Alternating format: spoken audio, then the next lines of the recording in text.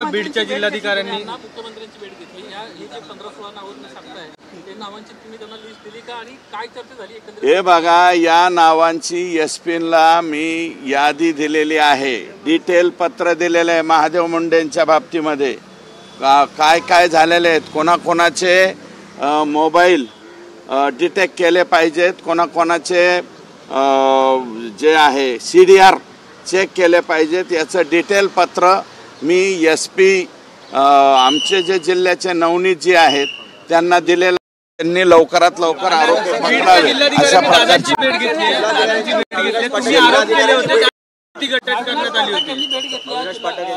त्यांनी हे नियोजन साहेब यायला लागलेत का? नियोजन विभागाने 2 वर्षाच्या प्रशासकीय मान्यता मागितल्या, त्यासाठी कलेक्टर भेटले होते। मी उद्या परत अजितदादांना भेटणार आहे। 2 वर्षाच्या नाही, 5 वर्षाच्या प्रशासकीय मान्यता तपासल्या पाहिजेत, कारण सर्वाधिक जास्त गोंधळ 2019 ते मी तर 73 कोटीचं बोगस बिल काढले, पण त्याची यादी घेऊनच आलो अजितदादांना दाखवायला।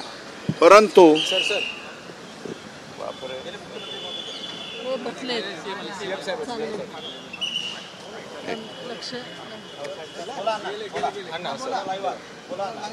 दोन 2019 पासून सर्वाधिक जास्त गोंधळ 2022-23 पर्यंत घालण्यात आलेला आहे बोगस बिलांचा।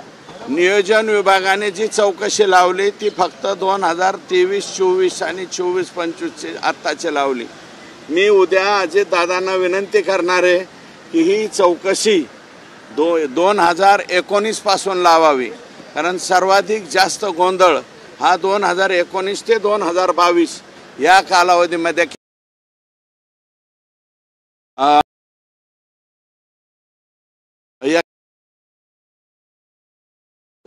मग ते गोंधळ बंद झाला, पण तो गोंधळ तिथपर्यंत होता। 25/6/2023 पर्यंत अखेरची बोगस बिलं काढण्यात आलेली आहेत। सर सॅम्पल जो आहे तो आज तपासणीला घेतला जाणार आहे।